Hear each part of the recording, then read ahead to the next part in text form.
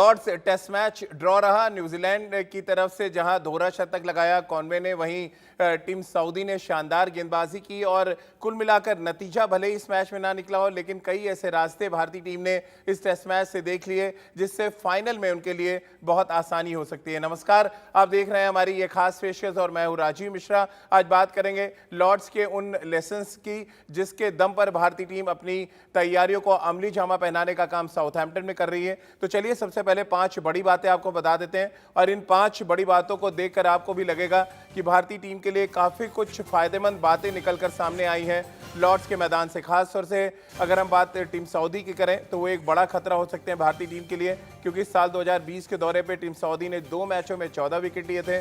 Lord's test match में उन्होंने 6 wicket लेके अच्छे फॉर्म में होने के संकेत भी दिए हैं और 300 विकेट से ज़्यादा लेने वाले वो गेंदबाज हैं, यानी अनुभव भी उनके पास है। इसके अलावा विराट कोहली और टीम सऊदी के बीच में एक बड़ा संघर्ष आपको देखने को मिलेगा, क्योंकि विराट कोहली को सबसे ज़्यादा इंटरनेशनल क्रिकेट में 10 बार आउट करने का काम टीम सऊदी ने किया है। यानी कि जो काम बड़े बड़े दिग्गज गेंदबाज नहीं कर पाए वो काम टीम सऊदी ने करके दिखाया और साल 2014 में 3 बार टेस्ट मैचों में उनको आउट किया था। यानी आप अंदाज़ा लगा सकते हैं कि टीम सऊदी कितना बड़ा खतरा हो सकते हैं। उसके अलावा बात न्यूजीलैंड की बल्लेबाजी की करें तो लॉर्ड्स टेस्ट मैच में कॉनवे की बल्लेबाजी को हटा दें तो बल्लेबाजों ने बहुत निराश किया न्यूजीलैंड को, वहीं भारतीय गेंदबाजों को रणनीति बनाने का मौका भी दे दिया है। इस पर आगे एक डिटेल में रिपोर्ट आपको दिखाएंगे। साथ ही हमारा क्रिकेट एक्सपर्ट्स का पैनल भी हमारे साथ जुड़ चुका है।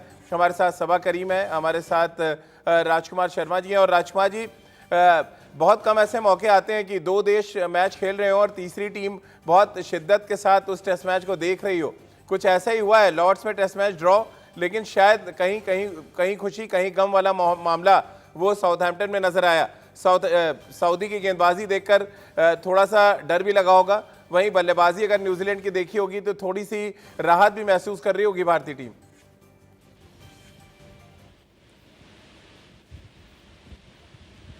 बिल्कुल राजीव, बहुत क्लोजली फॉलो किया है भारतीय टीम ने इस मैच को और करना भी चाहिए था, बिकॉज वो देखना चाहते थे कि न्यूजीलैंड प्रेजेंट में क्या कर रहा है, बैटिंग में बॉलिंग में क्या स्ट्रेटजी उनके खिलाफ बनाई जाए। तो काफ़ी वैसे ही आप लॉकडाउन में हैं, वहाँ पर क्वारंटीन हुए हुए हैं, तो आपके पास और बहुत कुछ करने को नहीं है और बहुत ज़रूरी था ये टेस्ट मैच देखना।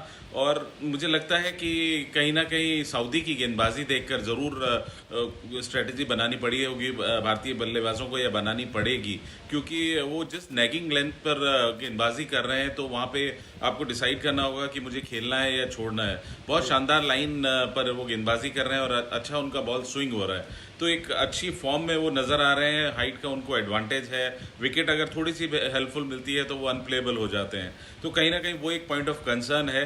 साथ साथ खुशी है कि न्यूजीलैंड की बल्लेबाजी बहुत ज़्यादा अच्छी नहीं रही, तो वहाँ पे बॉलर्स थोड़े शायद खुश होंगे और आगे अच्छा करने का प्लान कर रहे होंगे। बिल्कुल सबा, और जिस तरह राजकुमार जी ने कहा वाकई थोड़ा कंसर्न होगा टीम सऊदी ने जिस तरह की गेंदबाजी की। हालांकि जो पार्टनर थे जेमिसन, उन्होंने 3 विकेट लिए लेकिन बाद में अच्छा साथ नहीं मिला।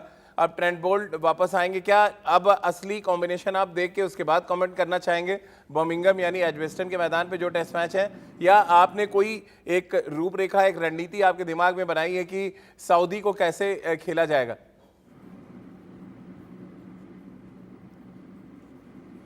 देखिए, मुझे लगता है कि बल्लेबाजों की तरफ से अगर बात की जाए तो सबसे पहला काम बल्लेबाजों को यही होता है, अब जब सभी भारतीय बल्लेबाज ये टेस्ट मैच देख रहे होंगे, ये भांप लेना कि टीम सऊदी का लाइन ऑफ अटैक क्या है, वो किस तरह से बल्लेबाजों को सेटअप करते हैं आउट करने के लिए, उनके मोड ऑफ डिसमिसल्स क्या है, क्या उनकी प्लानिंग होती है, क्या उनकी स्ट्रैटेजी होती है एक बल्लेबाज को आउट करने के लिए, राइट हैंडर के विरुद्ध वो किस लेंथ पर बॉलिंग करते हैं, लेफ्ट हैंडर के विरुद्ध उनका एंगल क्या होता है, वहां पर वो किस लेंथ से बॉलिंग करते हैं। तो ये सही समय है अब हमारे बल्लेबाजों को ये देखना, ये समझना, ये परखना, ये भांपना कि सऊदी जो कि उनके सबसे अनुभवी के पेस बॉलर हैं, जो अच्छे फॉर्म में हैं, उनको किस प्रकार से हम टैकल करें। मुझे लगता है जो 3 पेस बॉलर्स साउथहैम्पटन में नजर आएंगे उनमें ट्रेंट बोल्ट टीम सऊदी और काइल जेमिसन होंगे। और इन तीनों पेस बॉलर्स में राजीव ज्यादा गति नहीं है, कोई भी मुझे लगता नहीं है कि 140 या फिर 145 के गति से गेंदबाजी करता है। इनके पास स्पीड कम है पर एक्यूरेसी बहुत ज्यादा है और वो बॉल को मूव कराने की क्षमता बहुत ज्यादा है, और यही मुझे लगता है कि थोड़ा बहुत तंग करेगी भारतीय बल्लेबाजों को, और इसी के लिए हमें हमारे बल्लेबाजों को तैयारी करनी होगी। बिल्कुल। और राजकुमार जी, वापस अगर विराट कोहली पर चर्चा पे आए वर्ल्ड क्रिकेट में एकमात्र ऐसे गेंदबाज हैं जिन्होंने इंटरनेशनल क्रिकेट में 10 बार विराट कोहली को आउट किया है। 2020 के दौरे पे जो 4 पारियां विराट ने खेली उनमें 3 बार टीम सऊदी ने उनको आउट किया।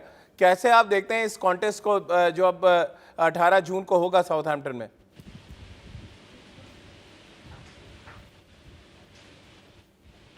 राजीव, ये कॉन्टेस्ट बहुत लंबे समय से चला आ रहा है। अंडर 19 में से चला आ रहा है ये कॉन्टेस्ट। अंडर 19 भी दोनों लोग इकट्ठे खेल रहे थे, वो न्यूजीलैंड के लिए खेल रहे थे सऊदी, और ये भारत के लिए खेल रहे थे। तो तब से एक ये कॉन्टेस्ट चला आ रहा है और कहीं ना कहीं सऊदी यहाँ पे काफ़ी अच्छी स्ट्रेटजी बना के विराट के खिलाफ गेंदबाजी करते हुए देखे गए हैं, और इसीलिए उन्होंने उनको 10 बार आउट किया है, क्योंकि विराट का एक फेवरेट शॉट है वो कवर ड्राइव। तो कहीं ना कहीं वहाँ पे विराट को सोचना होगा कि मैं कवर ड्राइव पे थोड़ा रेस्ट्रिक्ट करूं, क्योंकि कवर ड्राइव मारते हुए वो कई बार स्लिप में आउट हुए हैं। तो ऐसा नहीं है कि विराट नहीं जानते कि उनसे कहाँ गलती हुई है, लेकिन बावजूद इसके 10 बार उन्होंने आउट किया है। तो ये वाकई में एक पॉइंट ऑफ कंसर्न है, और मुझे लगता है कि अब विराट इस पे काम करेंगे और थोड़ा सा ऑफ स्टंप के बाहर गेंद को छोड़कर खेलेंगे। बिल्कुल, और रणनीति तो बनानी पड़ेगी, क्योंकि अगर आप इंग्लैंड के कंडीशंस में खेल रहे हैं और अच्छा स्विंग बॉलर आपका ओपोनेंट है, तो फिर आपको अपनी टेक्निक के साथ साथ टेम्परामेंट में भी बहुत काम करने की ज़रूरत पड़ेगी रितेंद्र, क्योंकि आप इंग्लैंड में भी खेले हैं और आपको पता है कि अच्छी स्विंगिंग कंडीशंस में ड्यूक बॉल क्या कुछ परेशान कर सकता है बल्लेबाजों को। जी हाँ राजीव, आपने बिल्कुल सही कहा। संयम मुझे लगता है भारतीय बल्लेबाजों का फोर्टे होगा, और ये फाइनल है, यहाँ पे आपको दोबारा मौका नहीं मिलेगा। ये कोई ऐसी सीरीज नहीं है जहाँ पे आप कम बैक कर सकते हैं। एक खराब सेशन आपको फाइनल से बाहर कर सकता है। तो भारतीय टीम ये जानती है, एड़ी चोटी का जोर लगाएगी। और जैसे अभी राजकुमार जी ने बहुत अच्छी बात की, जो कवर ड्राइव की बात की, जो वो टीम सऊदी को खेलते रहे हैं, आउट हुए हैं बहुत बार, तो अब समय है तैयारी करने का, और वो बखूब तैयारी कर भी रहे होंगे, क्योंकि आप जानते हैं आपके ओपोनेंट्स कौन है, आपका बॉलिंग लाइनअप पर जो सामना आपसे करना है वो कौन है। तो आपके पास समय है, और मैं इंतजार कर रहा हूं वो 5 दिन का, जब भारतीय टीम इकट्ठे होकर प्रैक्टिस करेगी। I think there lies the key. वो 5 दिन प्रेपरेशन का टाइम है, और जिस तरह हमारी बॉलिंग है, जिस तरह हमारी बल्लेबाजी है, मुझे पूरा भरोसा है ये फाइनल हमारा होगा। राजीव, सबा भाई, बैटिंग बड़ा कंसर्न नजर आया न्यूजीलैंड का, खासतौर से अगर हम दोनों इनिंग्स का एनालिसिस करें, और ये एनालिसिस भारतीय टीम मैनेजमेंट भी कर रही होगी, खासतौर से रॉस टेलर, लैथम और जिस तरह से विलियमसन आउट हुए, खासतौर से विलियमसन पे यहाँ चर्चा करेंगे। दोनों इनिंग्स में इनकमिंग गेंदों पे वो आउट हुए, और दोनों इनिंग में उनका जो स्कोर था वो 14 और 1 रनों का रहा। यानी कि वो एक तरह से कहा जाए कि कंडीशंस के साथ, या इंग्लैंड की जो स्विंगिंग बॉलिंग है, स्विंग करती गेंदें, उसके लिए तैयार मानो नहीं है।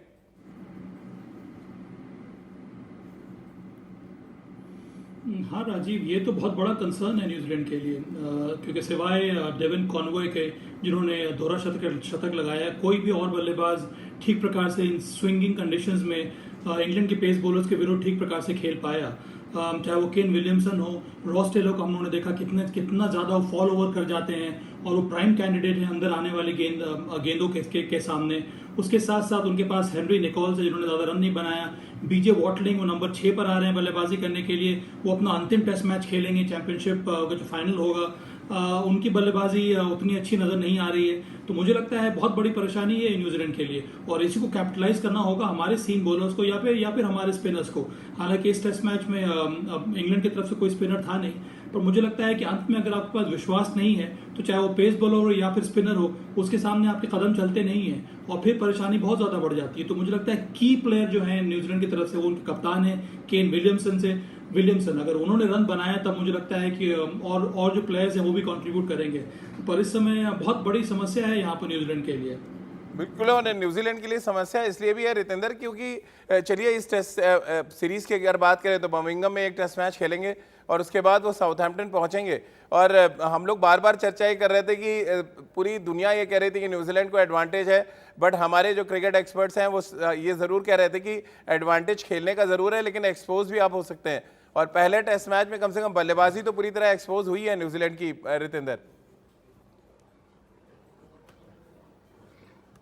जी हाँ राजीव, बिल्कुल। अभी साबा और आप सब समस्या की बात कर रहे हैं न्यूजीलैंड के लिए, तो मैं चाहता हूं ये समस्या बनी रहे, क्योंकि जब आप फाइनल तक पहुंचते हैं और आपके पीछे रन्स नहीं लगे होते हैं तो मुश्किल होती है। बेशक आप विलियमसन हैं, बेशक आप रॉस टेलर हैं, तो यहाँ पे जो निर्भरता है विलियमसन पे बहुत ज्यादा है राजीव। अगर विलियमसन रन नहीं बनाते हैं तो तमाम मुश्किलें हो सकती हैं यहाँ पे न्यूजीलैंड को। तो सतर्क रहना होगा न्यूजीलैंड को, क्योंकि न्यूजीलैंड जानती है कि उसका सामना भारत के साथ है और अभी फिलहाल वो इंग्लैंड के साथ खेल रहे हैं, ज्यादा अच्छी क्रिकेट नहीं खेल रहे हैं। साबा ने तमाम बातें की, टेक्निक की उनके बल्लेबाजों की। अब उनको सामना करना होगा बुमराह का, मोहम्मद सिराज का, अश्विन का, जो वर्ल्ड क्लास बॉलर्स हैं। तो उनका सामना करने के लिए आपके पास मनोबल चाहिए। तो जरूर ये इंग्लैंड वाले मैच न्यूजीलैंड के लिए बहुत इंपॉर्टेंट है और भारत इस समय बहुत ध्यान से देख रहा होगा कि न्यूजीलैंड के बल्लेबाज और बॉलर्स क्या कर रहे हैं। बिल्कुल। और सबा भाई, अगर हम बात न्यूजीलैंड के पॉजिटिव पॉइंट ऑफ व्यू से करें, जो चैलेंजिंग हो सकता है भारतीय गेंदबाजों के लिए, तो वो है कॉनवे जिन्होंने दोहरा शतक लगाया और साथ ही लैथम के साथ दो बड़ी इंपॉर्टेंट साझेदारियां टॉप ऑफ द ऑर्डर की हैं। एक पहली पारी में उन्होंने 16 ओवर बल्लेबाजी की और दूसरे ओवर में 18 ओवर गेंदबाजी, यानी कि सेट होने के बाद आउट हुए। ये आप इसको किस तरह से देखते हैं? दोनों ओपनर्स ने जो कंट्रीब्यूशन किया न्यूजीलैंड के लिए, बाकी के बल्लेबाज तो पूरी तरह फेल रहे।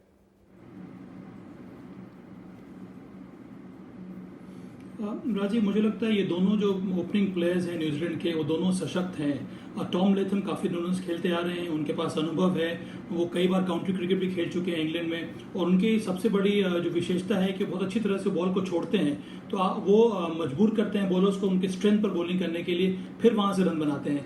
पर इतनी अच्छी शुरुआत मिलने के बाद उम्मीद यही होगी टॉम लेथम की वो एक बड़ा स्कोर खड़ा करे, जो वो कर नहीं पाए। तो वहां पर उनको जरूर मेहनत करनी होगी। डेवन कॉनवॉय एक बहुत ही शानदार एडिशन है। वो दक्षिण अफ्रीका के मूल के हैं, वहां पर उन्होंने डोमेस्टिक क्रिकेट खेली है। 2017 में वो शिफ्ट किए न्यूजीलैंड, वहां से उन्होंने ढेर सारे रन्स बनाए हैं और इस समय उनका एवरेज, चाहे वो व्हाइट बॉल क्रिकेट में हो या फिर टेस्ट क्रिकेट में हो, वो शानदार है। मुझे लगता है कि अगर हम ओपनिंग पेयर को जल्द से जल्द वापस कर देंगे, तब मुझे उनका जो मिडिल ऑर्डर है